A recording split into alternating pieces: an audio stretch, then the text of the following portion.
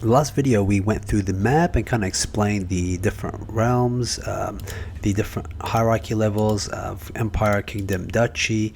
We explained the different kind of layouts you can see with the faiths view, with the cultural view, with the houses view, which is very similar to the realm view, and these different additional map modes that you can use to just view your realm and the rest of the world. In this video, I want to kind of go through how to select the leader you want to play. So the way I do it is different. I've done it different ways. If you want to select a random leader, one thing to kind of look for is if your starting point. Now I would like to start as at the county level, which is the smallest level. As a noob, that's great. It's much less things to worry about and manage at the beginning. But I like to begin really with a player character that is an heir of a larger character. So what do I mean by that? I mean that if your father, for example, in the game owns a large piece of land or a number of multiple pieces of land or holdings, and your character owns one small piece of land, when your father dies, you will get some of his land, which is a nice little early game boost for you without having to go to too much war. And you still have some claim to those titles, which is nice. You will have less people attacking you. So as a beginner, I would select someone who will stand to inherit some land. Now I believe in Ireland there is one such guy. I believe it is which player here? I believe I saw on Ireland. Let's see. No. Okay, so that must have been in 1066.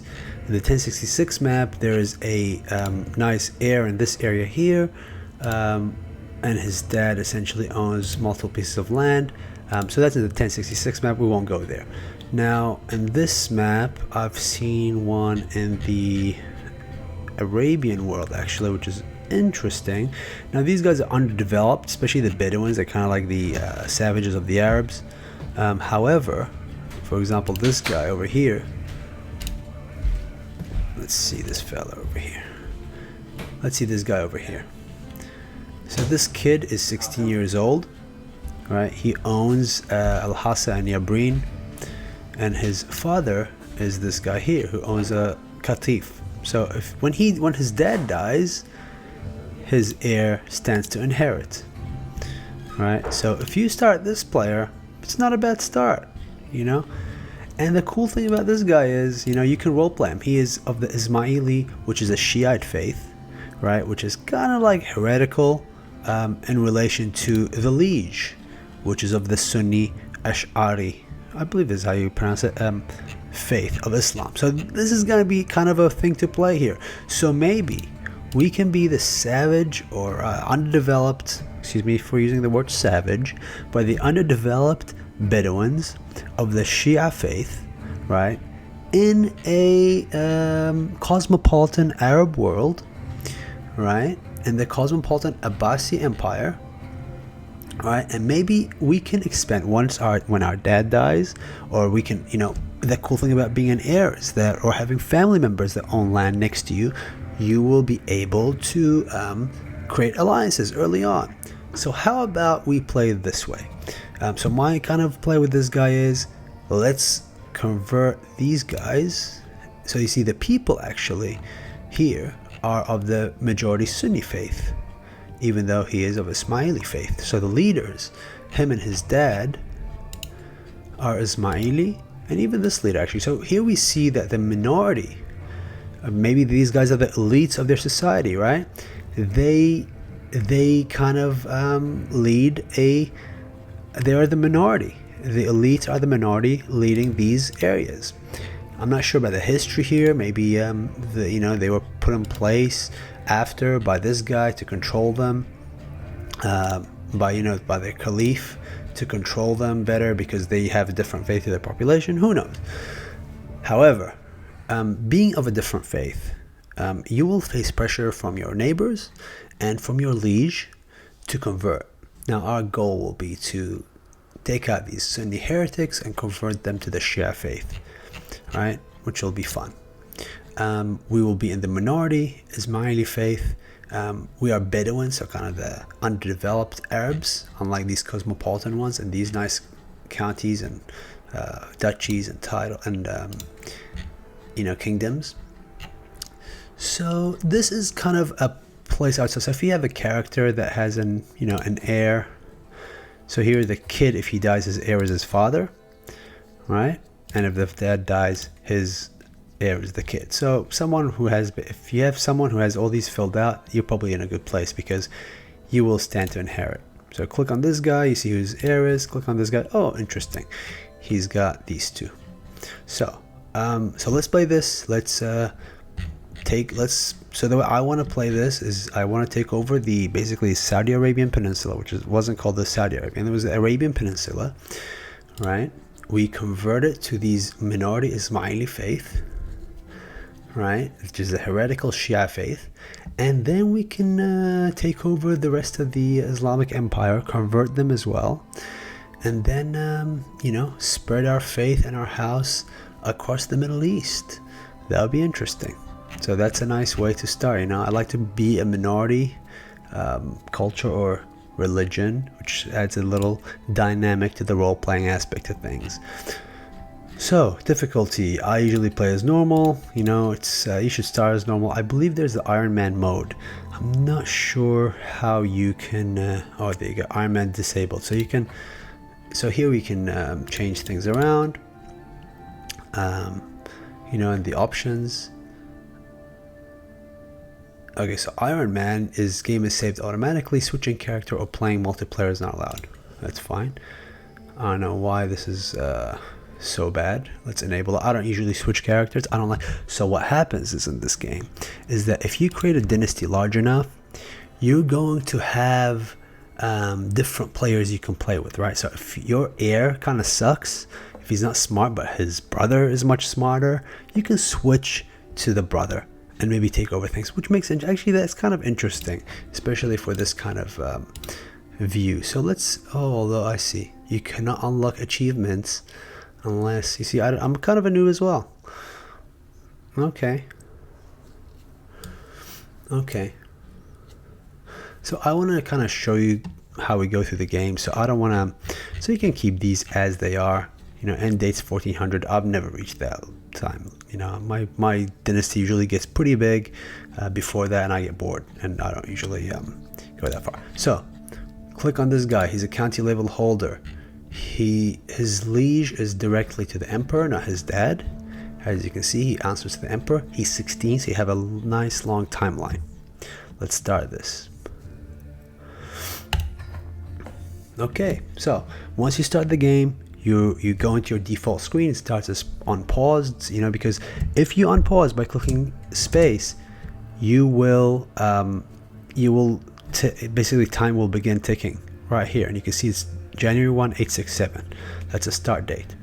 Over to the bottom right hand is the game speed, and you can adjust this by pressing the number pad 1, 2, 3, 4, 5. 2 is the kind of good slow start you want to begin with. 3 as you get better, and then 4 is you get pretty good. 5 I don't use because you just miss a lot of things. So 2, maybe we'll start at 1 for now, just to kind of go through the things. Clicking space pauses and unpauses the game. Now, what to do when you first begin? Finally, we're here. Okay, maybe I'll cut all this out. Now this is your player character. Click your player character. This is the player character screen. This is me, dashing young man, 16 years old, ready to take on the world. Okay. No spouse, so we can find a spouse. Very important to create heirs.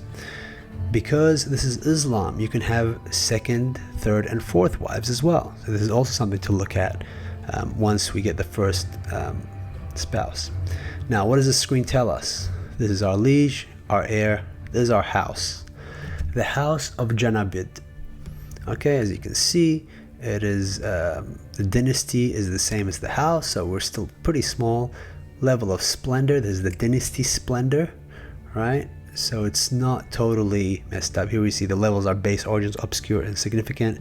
You really want to get to legendary. That's kind of the goal. You want to really increase the splendor. Now, as you can see here, depending on your level of splendor, your dynasty's level of splendor, when you are born, you start with an initial amount of prestige. So we'll go through all these things. So splendor is for your whole dynasty. Prestige is character based.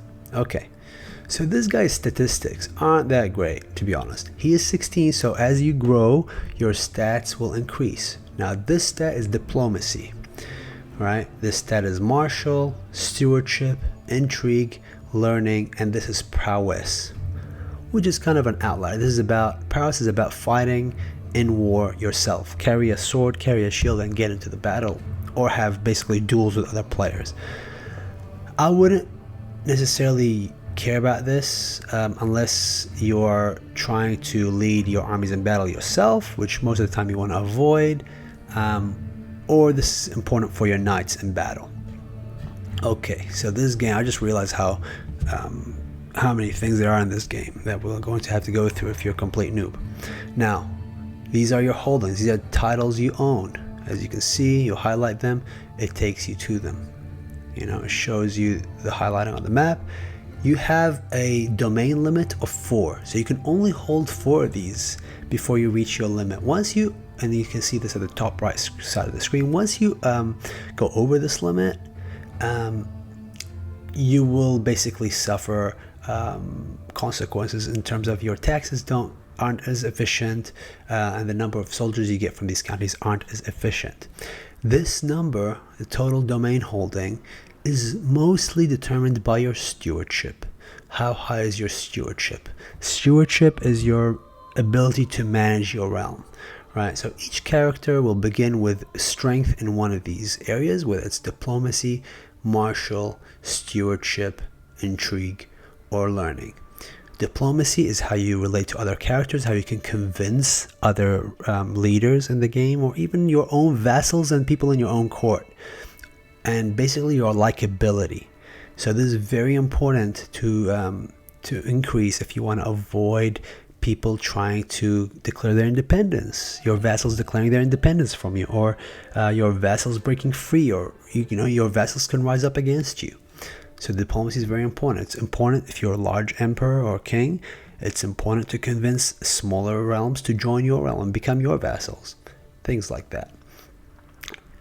Martial is really about how good of a commander you are, how good you are in terms of managing your realm through force and through power, right? I love this stat. It's very important, especially if you're an expanding leader. Right? I really like this, especially at the start of the game. Stewardship, as I said, the number of domains you want to hold or you can hold. So here the limit is 4. How efficient your taxes are, how much you can tax your subjects, how much money you make, essentially. Intrigue. Now, palace intrigue is super important, and this is kind of like a little bit more advanced, but there will be a lot of court intrigue. There'll be people trying to kill you. There'll be people trying to kill your heirs. There'll be people trying to kill each other. There'll be your own subjects fighting amongst themselves. Sometimes you want to eradicate a rival and just poison them, and this is what intrigue is about, right? So as you see, scheme discovery chance, so you have a 6% plus of discovering schemes against you, and the hostile scheme success chance, so how successful you would be in, for example, murdering someone. You have a plus 6% as well. Okay, and imprisoning people as well. Learning. Now learning is terrible. This guy obviously didn't go to school. Only 2, and these all are out of 20, so 2 is terrible. Now it says here reduces the prestige to increase crown authority, and people are more likely. So this is really about piety, how religious you are. Okay, and piety, as you can see here, with 1 you only get plus 0.2 a month. So this guy's not very religious. He's kind of stupid. He's not very good at learning. Learning also influences how much culture you get, but it really only influences it if you're the head of your culture. So here, this guy has a learning of 23. He's the head of the culture, right? He is of the Bedouin. So your culture is the Bedouin culture. These are your people. And the head of the culture is this guy. He is located in a completely different side of the map, as you can see, right? And you learn and advance in terms of technology and science based on your culture. So it could be some guy completely unrelated to you. He's just of the same cultural group. So learning is important in that sense as well. What technologies you get. Prowess, as we said, how good you are in fighting battles. Important early game because you may be the knight early game. Although I'll try to avoid it if possible. Okay. Bottom of the screen here. Who is in your family? Obviously we have no kids, no siblings. We have a parent, mother is dead or something of that sort. Relationships, wards, people we take care of, kids we teach and we educate, lovers, none. Members of my court, who are the members of my court? These are members of the court. You see, these are all unlanded characters, lowborns. So I'm pretty weak at this point. About 600 soldiers, which is very minimal. One last thing. So this is the Ismaili faith. Here's the faith. This is the symbol. You can click it and you can basically go and you see this is the faith within the Muslim religion, right? So Ismailism is an organized Muslim faith within the religion of Islam. So it is one sect, and these are the tenets, right? And each one confers benefits, advantages, and disadvantages. These are what are considered sins, being greedy, arbitrary, drunk. And these are considered virtues, just, generous, temperate, for example. And these are the rules of religion. This is something we don't have to go through.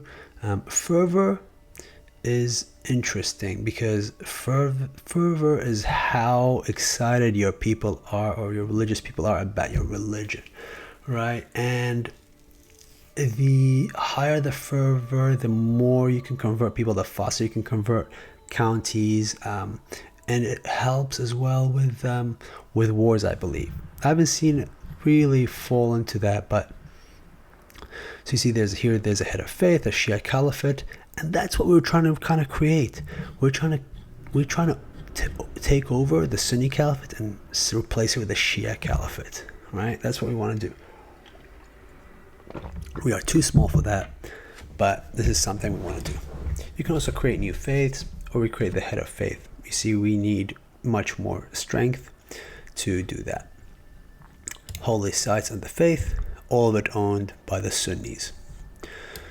Okay, so this is the screen. Now, once you've gone through the screen, okay, these are your kind of modifiers, right? So these are the characteristics, personality traits of your character. Honest, you get a +2 bonus diplomacy, -4 to intrigue. Opinion of honest characters is 10. Opinion of deceitful characters, so you don't like deceitful characters. Greedy, bad for diplomacy but good for monthly income, right? Sinful, however, so you reduce your piety and the opinion of people of your faith. He is also shy, also a hit on diplomacy. It's good for learning. If you're a shy person, you like to stay home and read books. Attraction opinion, how much people like you. Also a hit to diplomacy, although this is kind of about the opposite sex or the people who like you. If you're homosexual, it would be of the same sex. And yes, you can be homosexual in this game. Scheme power is lowered. The hostile scheme resistance is better. Opinion of shy character +10. This is how good you. So this guy has been educated, and he has been educated in diplomacy. Now, what does that mean for your character? As you see here on the top, you have a lifestyle kind of selection. The higher the number of stars is here, it means the faster you can progress in this area of diplomacy when you select it as a lifestyle. Now, what do I mean by lifestyle? So this is the first thing you do in the game after you look at your character, is you go through a lifestyle. You see, you can improve your diplomacy skills, your martial skills, your stewardship skills, your intrigue or learning skills. Because you've been educated in diplomacy, and I have 4 stars in that education, you gain 40% more experience in this lifestyle. So you get points here way faster than anything else. And now it's 9, not the highest, not stewardship. However, because I gained so much experience here, I would select this. So you should always go with whatever you have been educated with, because it's just easier to begin. Now, within each of these, there are 3 focuses that provide different benefits. We don't want to go through them all. But for here is diplomacy. This guy's 16 years old. He has no heirs whatsoever. What do I want from this guy? I want him to have children, first and foremost, right? So there are 3 diplomacy focuses. One is foreign affairs, which increases your diplomacy +3. Nice to have. Majesty focus increases your diplomacy and prestige. Now, prestige is important because you use that as some kind of currency, right? If you want to invade people, you have to have enough prestige. If you want to bring knights to your court, you have to use prestige. So prestige is used to kind of trade in different benefits throughout the game, right? If you want to change your doctrines or your government or your succession laws, you need prestige. If you want to create things in the game, sometimes you want to create titles, you need prestige. This guy's 16. He has no spouse, he has no kids. Very important in this game, you want to have heirs. So, what do? Let's increase his fertility, have a kid, diplomacy +2, right? And he's also the heir of his father, so we want to make sure his relationship is nice to him, is a good relationship. So this benefit, I like this one. Diplomacy +2, fertility +20. Right, so we can select this as a family focus. These can only be changed, and you can change from one place to another every 5 years, right? And once this unlocks, over time we can unlock different things in each of these trees, different benefits or skills. And I would remain with one kind of skill, one kind of tree in the beginning. I wouldn't change trees until you kind of go through one fully. Or you're a much more advanced player and you know what you want, kind of mix and match. But for now, we'll probably go, and so here you can go to this easy screen through here, bottom left corner, you can go into the screen. I will take the family hierarchy. So I'm going to have a bunch of kids. I'm going to groom them to rule, increase their stats, and I will increase my empire, or my realm, I guess. Okay. So that's going through. First step when you start the game, you go through your character. You will do this much faster than I did because I'm just trying to explain things here. Now, second most important thing to do is make sure you're married. We'll look at that later. Okay, but very, very important is to know what is your power level, 600 military, compared to your neighbors. Now this guy here has 1100. We're not going to invade this guy. All right, so you want to go through your neighbors as a second step after looking at your character. This is your dad, 600. So now when he dies, he's still 38, so he's not going to die anytime soon. Okay, but we should create an alliance. So you can right click on him and you should negotiate an alliance, right? And the way to negotiate alliance is either through marriage or blood ties, essentially, or you have a perk of the diplomacy tree, which we don't have. So here, because he's my father, I can negotiate an alliance. I can call him if someone attacks me, or I can call him if I'm attacking someone else. Now, we gain stress when we're interacting with other players because we're shy, which is unfortunate because our education is in diplomacy. So this guy's characteristics don't really mesh with his education, but he's so good in his education because he has got four stars that it would be a shame not to take that diplomacy tree. His dad, for example, only has 2 stars in learning. So you can have 1 to 4 stars. And if you only had 1 star, you'd get a bonus of 10%. 2 stars, 20%. As you see, monthly lifestyle experience is 20% for learning. 3 stars, 30%. And 4 stars, 40%. Okay, so let's enter an alliance with my dad. Hey, Dad, how are you? Yes, thank you, sir. Resentful Craven, that's his personality. He's a bit of an asshole. And he is heterosexual. And am I heterosexual? Yes, and this is me. Okay, so we negotiate with my dad. These guys, 650. This guy's a candidate to be attacked, right?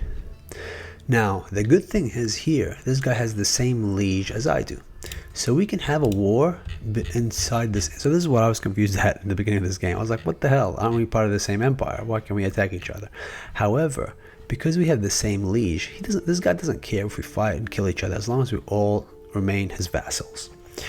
So as long as you're within the same empire, you can attack him without retaliation from his liege. However, if he had a different leader, if he had a different liege, and I was here, and I had this guy as my liege, and he had a different liege, then I would fight him and whoever his liege would be. So that would be a problem. Okay, so this guy is a candidate for attack. You want to look at your neighbors, really, based on their power and based on how developed their land is, because the development really tells you, and the development button is right here at the bottom. You can press the plus and go development, or control W. So this is a crappy purple area of development 3.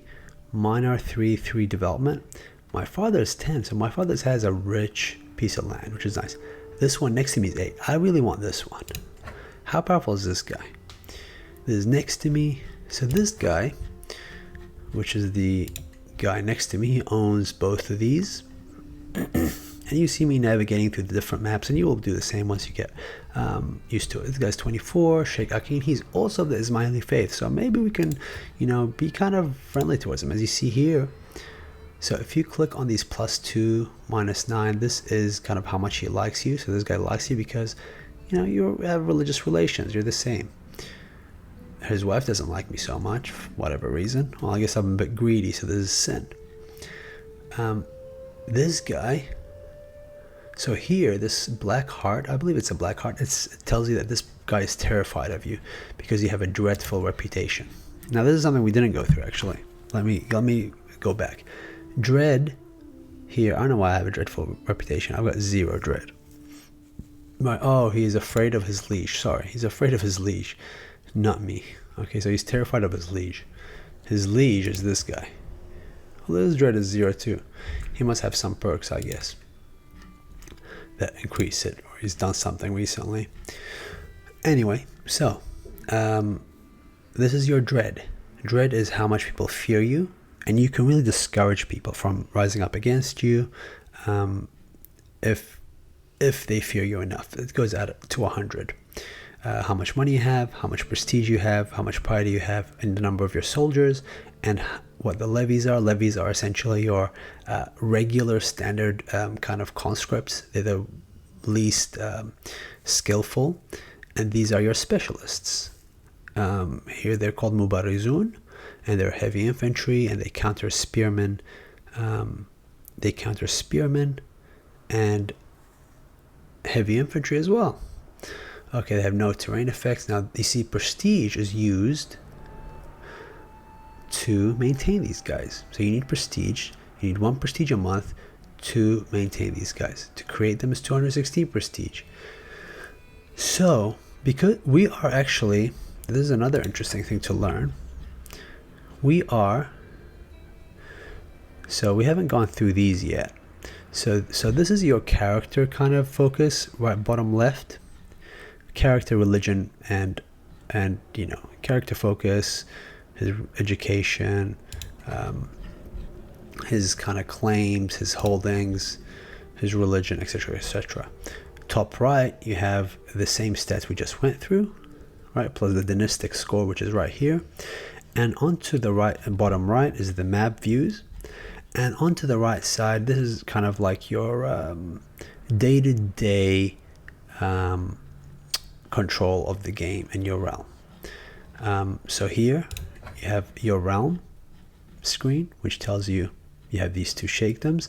This is development 3. You control 100%. There's no rebels or disgruntled populations. Development 3 as well, out of 100. So this is terrible. All right, you make 0.3 gold out of it per month. 1.5 gold. So this is obviously my capital, and it's much more valuable. This gives me 282 soldiers. This gives me 282 soldiers, right? So, and this is the tribal authority I have. 1 disparate tribes. So I'm actually of a clan government. All right, so this is what I want to take you to. So we are of the clan government. There are 3 types of governments. in this game. All right, if we go here, government. So we are of the clan government. All right, well, we're actually tribal government. But there are clan governments. So clans are usually like the Arabs are clans, as you can see. The Afghans and the Persians are clans.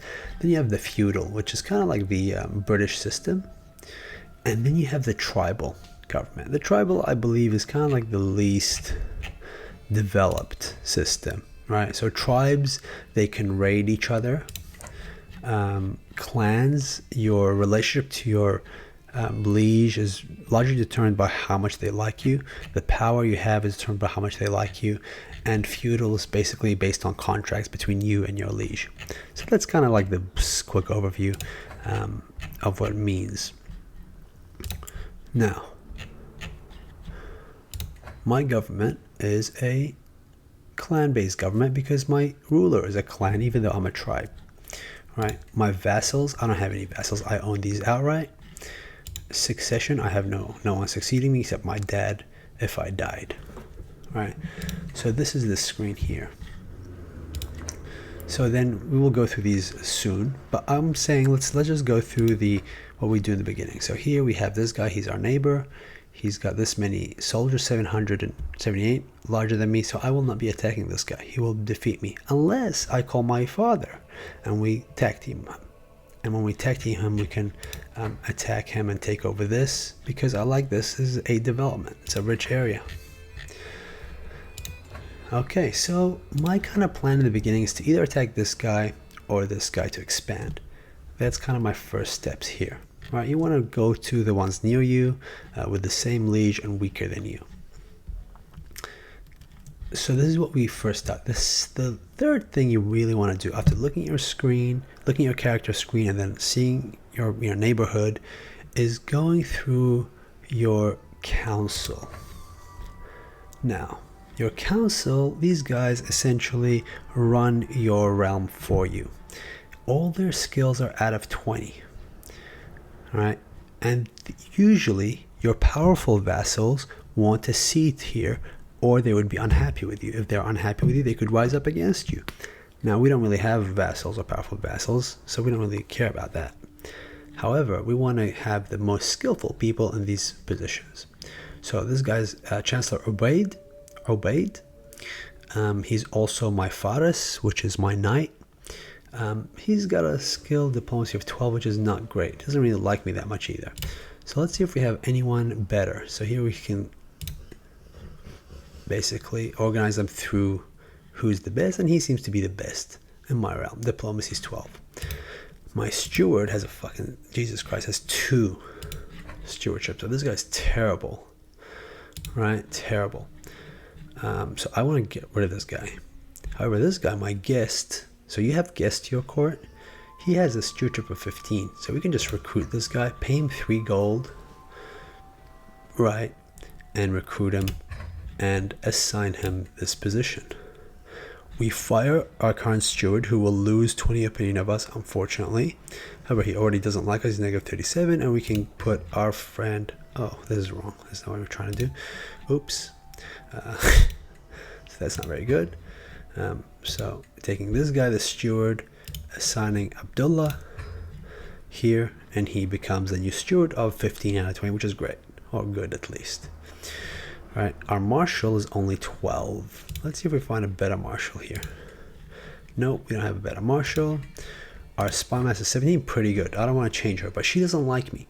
You don't want a spy master that doesn't like you, because if your spy master doesn't like you, right, then if someone wants to kill you, they may just not do anything about it. So one thing I like to do is make sure we make her like me. How do we do that? Well, we can marry her for one, but I don't want to do that because she doesn't really have any inheritable traits.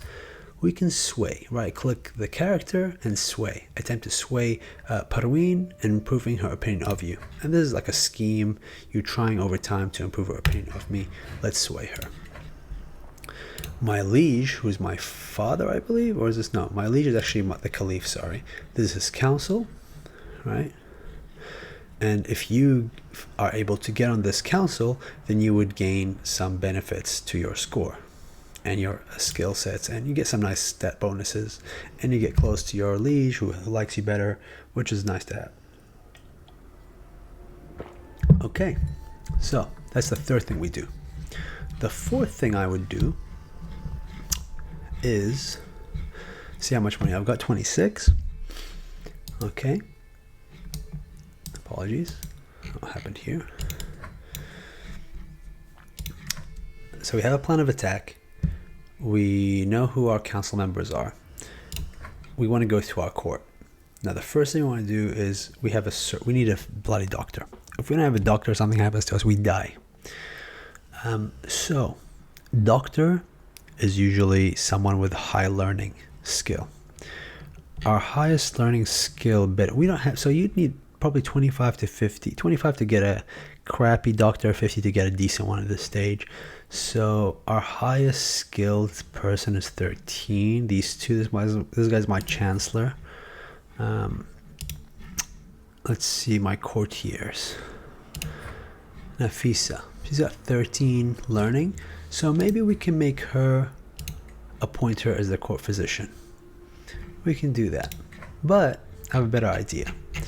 So if we don't have a court physician, we don't have, you can also see your prisoners in this court screen, which we don't have any. One thing I like to do is make sure you marry everyone in your court with people that provide benefits to you.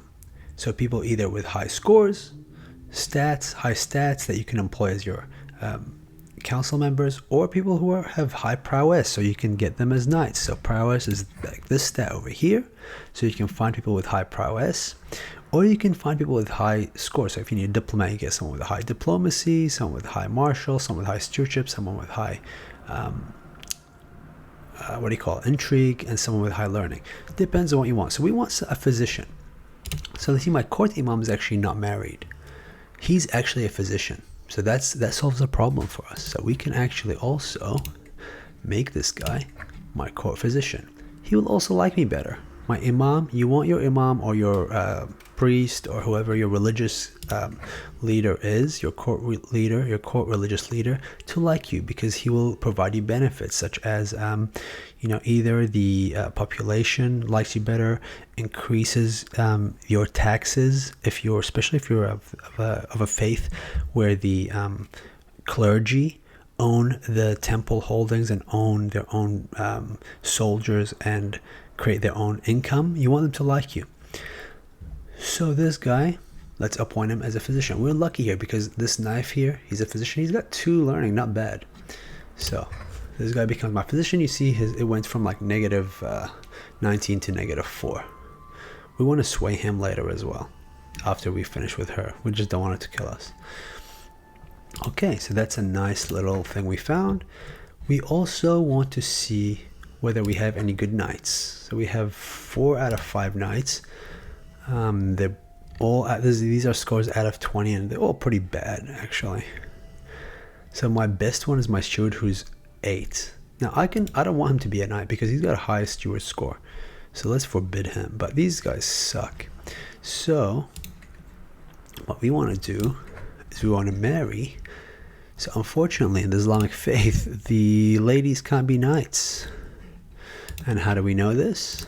We go to apart from we know it in reality, we go to the faith screen. You see male dominated. So women, only men can be commanders and faras, which are knights. So I was playing as a Chinese before, which they allowed women, which was great. So I can have women and men knights, and it just opened up a lot of options. However, we can still get some people. So we're not going to, so this is, find a spouse. You click this button and you find this guy a wife. Now, of course, the higher your renown, the better people you will get here.